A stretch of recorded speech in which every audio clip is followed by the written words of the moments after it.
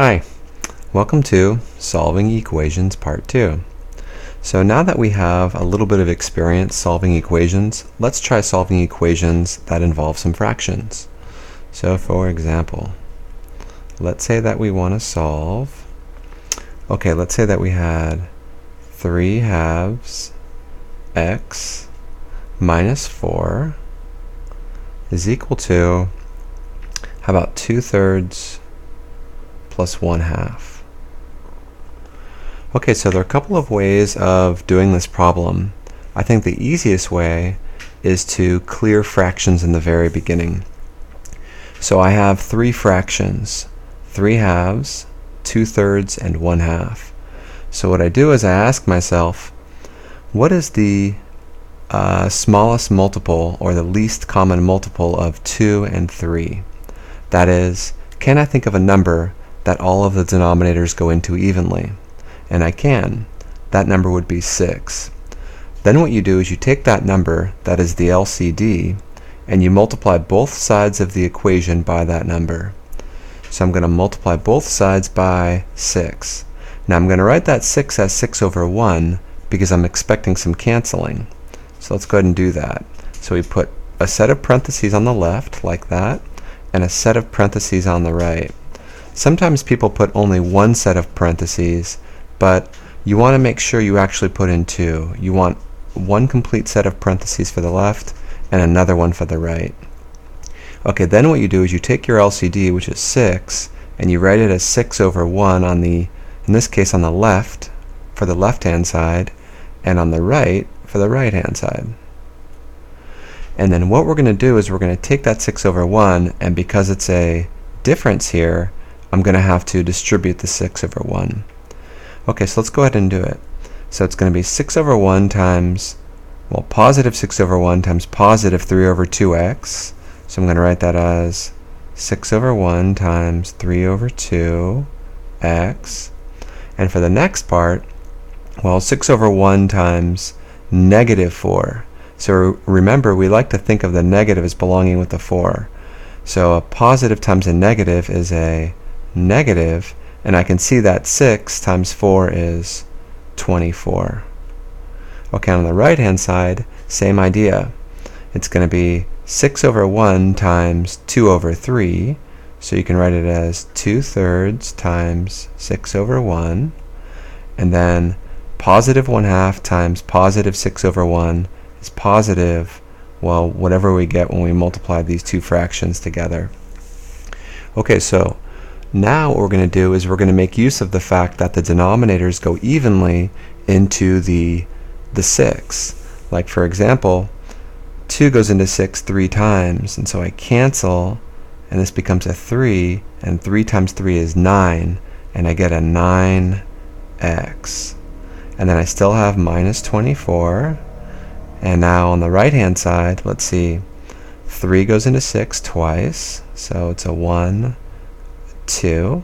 2 times 2 is 4, plus, let's see, 2 goes into 6 3 times, and so I get plus 3. Now at this stage, at this line, notice how I no longer have fractions, and that's because here I cleared fractions. So that's the point of clearing fractions, is that you have a line with no fractions.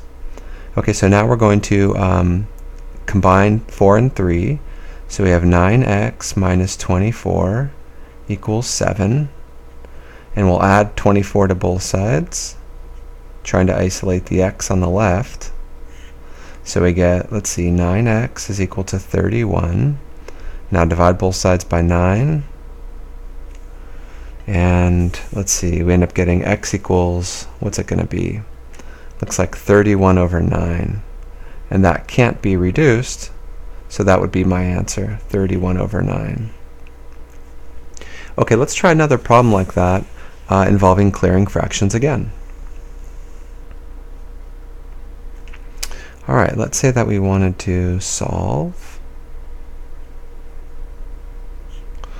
And how about we try something like this, where the negatives get a little more complicated. How about we have 3 minus 5 halves x is equal to 3/4 x minus 1. Okay, so once again I say to myself, well, my equation involves fractions and I'd like to clear those fractions as a first step. So I'm going to multiply both sides by the LCD. So what's the smallest number that both 2 and 4 go into? Notice that when I'm looking for an LCD, I'm only considering the fractions, of course.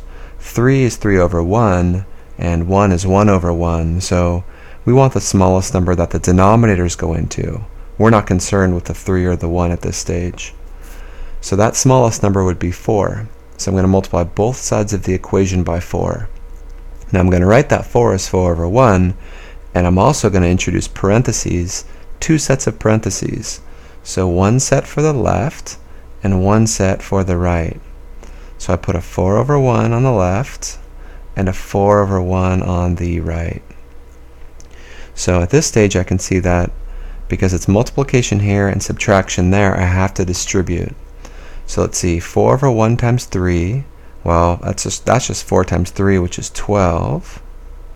Okay, now, let's see, it's 4 over 1, which is positive, and remember, we like to put that negative with the 5 halves.